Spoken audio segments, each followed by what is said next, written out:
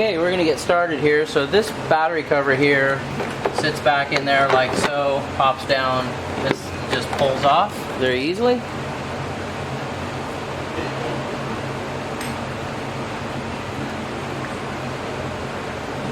And looking up in there, we've got a 10mm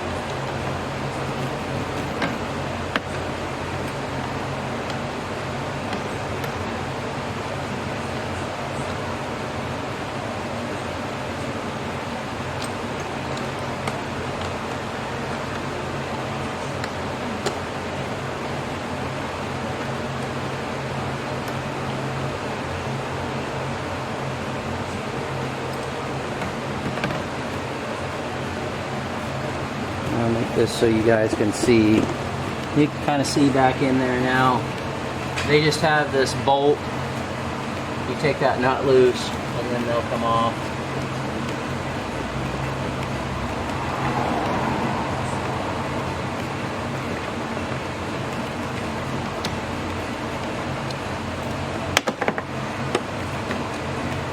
Kind of tight back there, but you always want to take your negative cable off first. That way there's no arcing.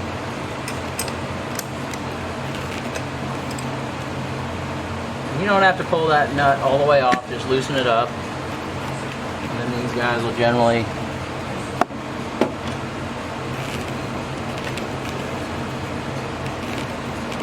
wiggle out of your way, like so. Alright.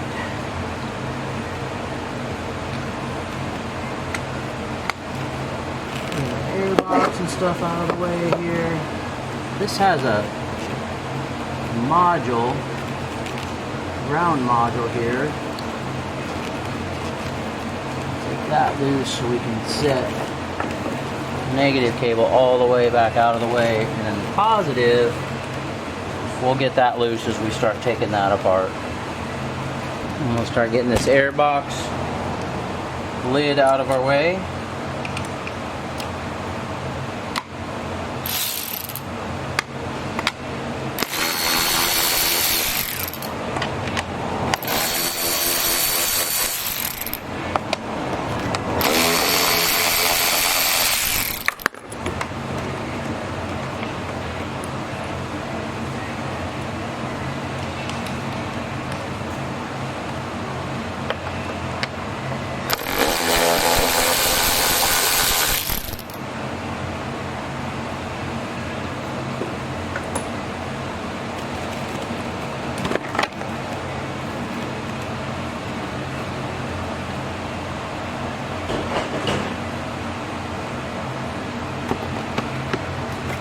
Air filter pops right out.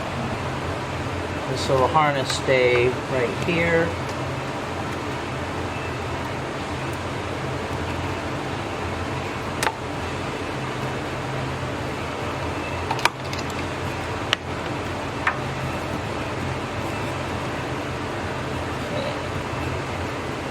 That's for our intake air, inlet air temp.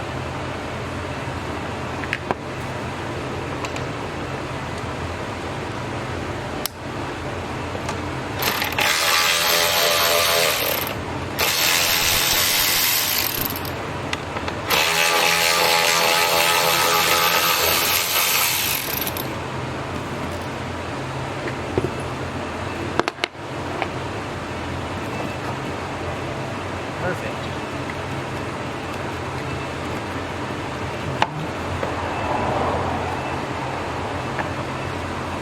That pop loose. The strap comes off.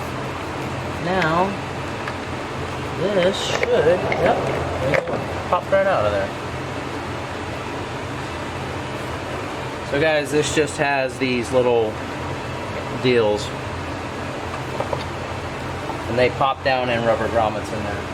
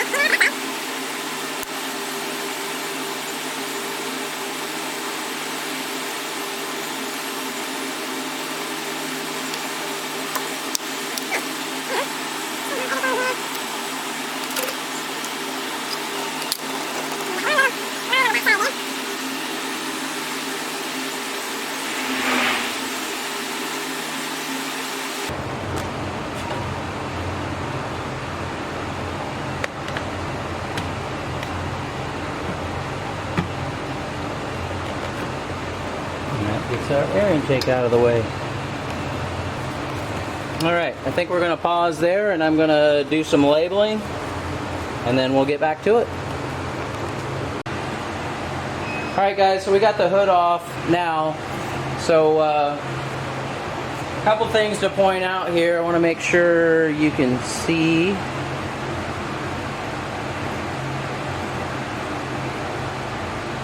We put some painter's tape along this edge, and we did the same thing on the back side of the hood just to make sure that we didn't damage anything.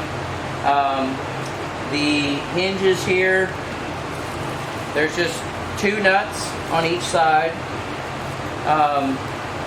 You have to pull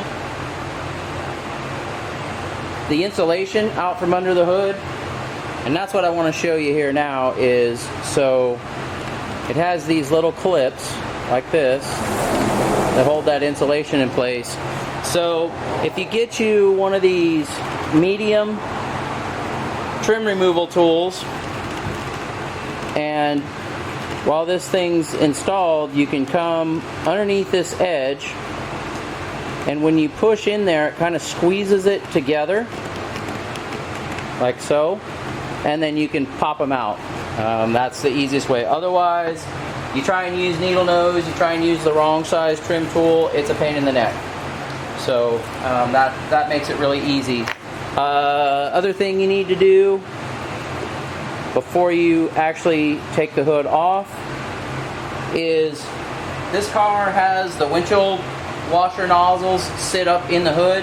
So you've got this line that has plastic clips go along there, plastic clip to the hood, and then goes up underneath. That's why you have to take the insulation out, so you can get this disconnected. So pretty straightforward. And you guys can see now that I've got, you can see the blue tape down on the motor there to see that I've labeled things. You want to go ahead and label things. You want to cover up openings. I've got the turbo covered up. I've got the PCV connection covered up. Just try and keep dust and bugs and other stuff like that out.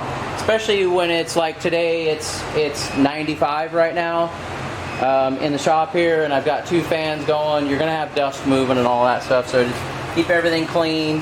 Method that I learned working on helicopters in the Coast Guard, just get you some sandwich bags, and you know, if you unbolt the part, you can take and zip tie this to the part or lay it with the part, or you can just take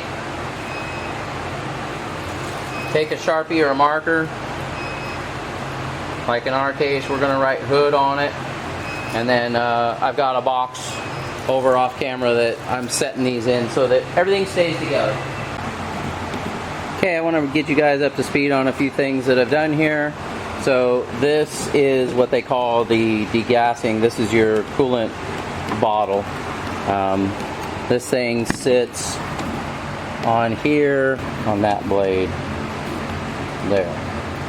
So the way this works is there's these slots right here, and this is a somewhat pliable plastic, and this thing just slides down over the top of it, and you can see that one right there. So this outer one came out really easily. The inner one would not release. There's a little bit of a, probably hard to see, but there's a little bit of a lip on the back side there. What I ended up doing is taking a small screwdriver and going in. I just took a small screwdriver, went back and under this lip, and then kind of twisted the screwdriver, and what that did is it forced that plastic out, and then that thing popped right out of there. So the other thing we got here is when this thing's sitting in place, there's these 2 lines here. Guys, be really careful with these.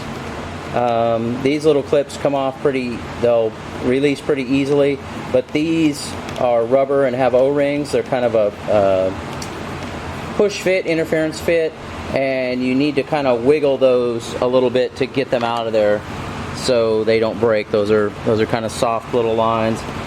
And then of course this is the line that goes on the front of the tube, and then the line continues over and goes to the turbo. So underneath the drain valve there, get you a piece of tubing, as you can see that I've done there. It's 3/8 inside diameter. We'll push right on there, not real hard, just pushes right on there. And then this valve, when you turn that, it'll turn 90 degrees pretty easily, and then that thing's pretty well sticky. It's got an O-ring on it, so you're going to want to turn it another 90 degrees, but also be pulling out gently. You're dealing with plastic, and then it'll start draining out, and you'll be all good to go. So I'm not going to go over how to remove the under tray here. That's pretty straightforward. Just that's what actually was here. Bunch of T27 Torx like that one, all the way around, and that thing will come right off of there for you. Next, we need to get the oxygen sensor connectors disconnected. So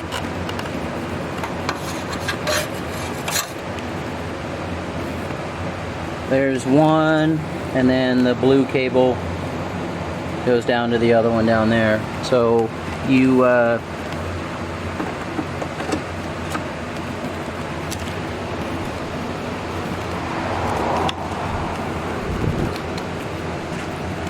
get this clamp right here.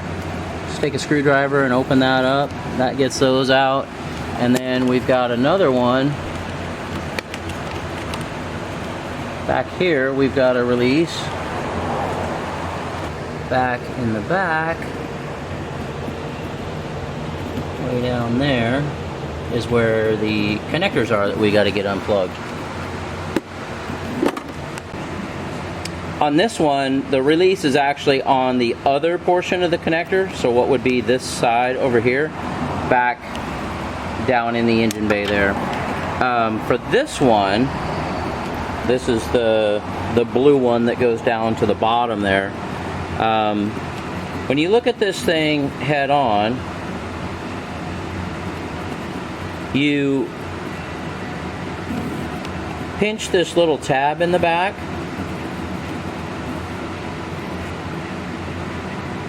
and it's supposed to move. You can see it's moving a little bit, that little release there. Well, so what I ended up doing, guys, is I have this screwdriver that I bent into a 90, and I ground the tip to a point. I did this a long time ago for doing other things, but I ended up sliding this on the connector up underneath there. Just slid it in there carefully, push this in there a little bit, and then I was able to wiggle this connector, and it finally came off. So quite the pain in the neck there to get that loose, but we've got them now, and we are moving on. Alright, next we're going to work on getting this cowl piece off here. You got to get the wiper arms out of your way, and just to save you guys some time, you will need a 2-jaw puller. I know that's way overkill. That's a transmission gear and bearing puller, but my other one broke, so that's what I have right now. But yeah, just, you see what I did there, just back the nut off, leave it on there, and then you can go ahead and turn that screw down, turn that bolt down, and it'll pop that thing off of there. So we'll get that off of there. I'll get you set up on a tripod, and we'll get the rest of this cowl off. There she went.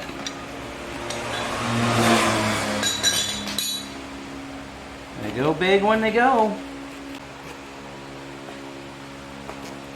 All right. We got a bolt here. bolt on this side.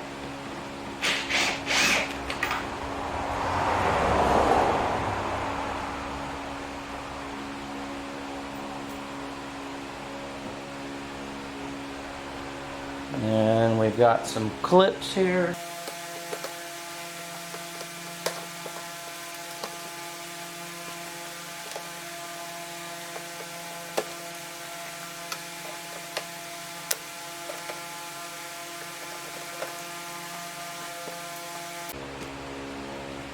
So guys, this thing will seem like it's stuck pretty good. Just kind of wiggle it a little bit, and then it'll come free.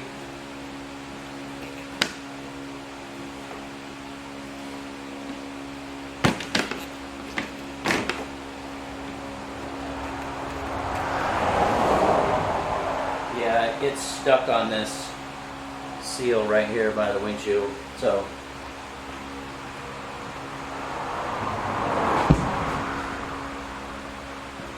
but it'll come off, and then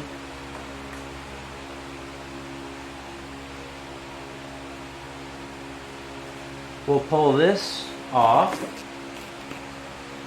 So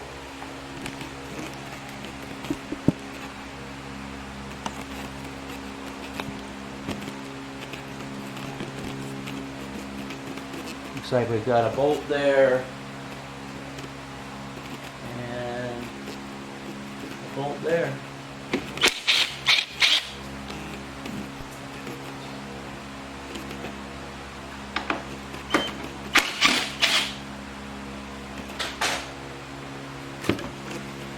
Oh yeah, very nice.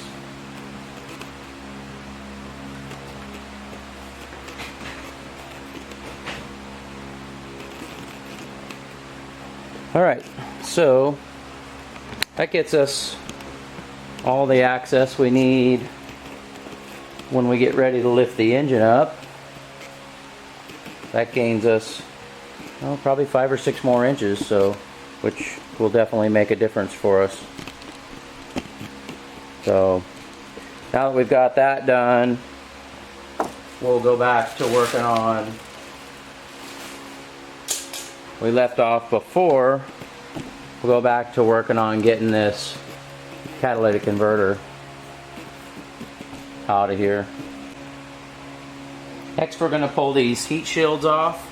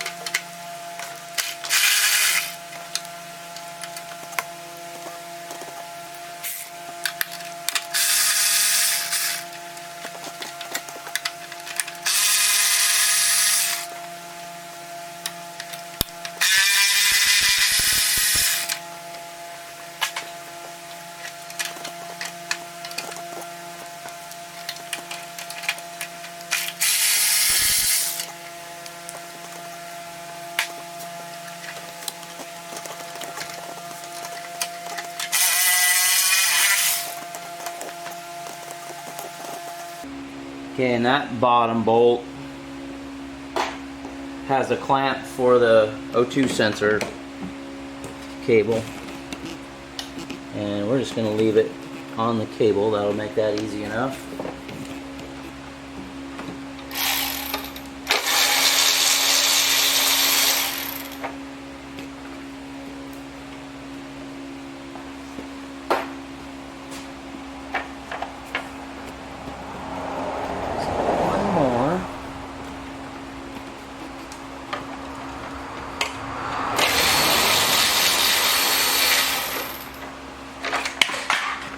Heat shield just fell to the ground. Okay, so that one's out.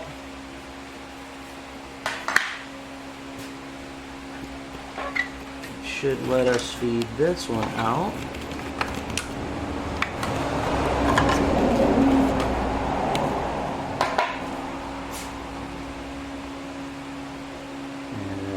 And I'm gonna go ahead and remove these oxygen sensors so we don't damage. You guys, they make special sockets for these, and I actually have one, but get yourself a good 7/8 wrench and you'll be fine. Sometimes they'll fit over the connector. Oftentimes they don't, but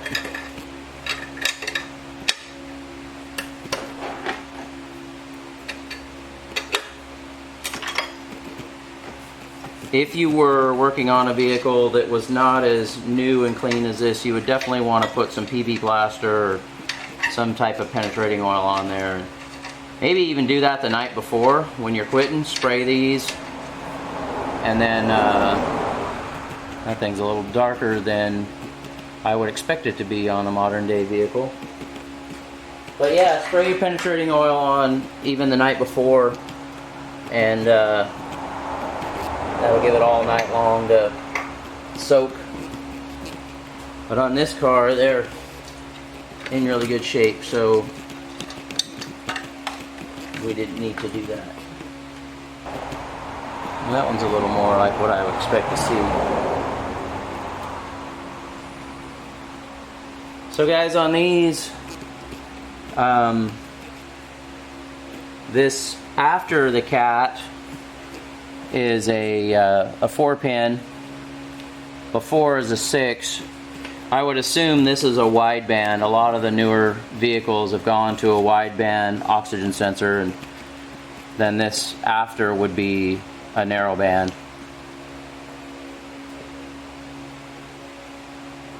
Also, you want to be really careful with these things. You don't want to bang them around or anything like that, because they do have delicate components inside of there, heating elements and other stuff like that. So be real gentle with these things.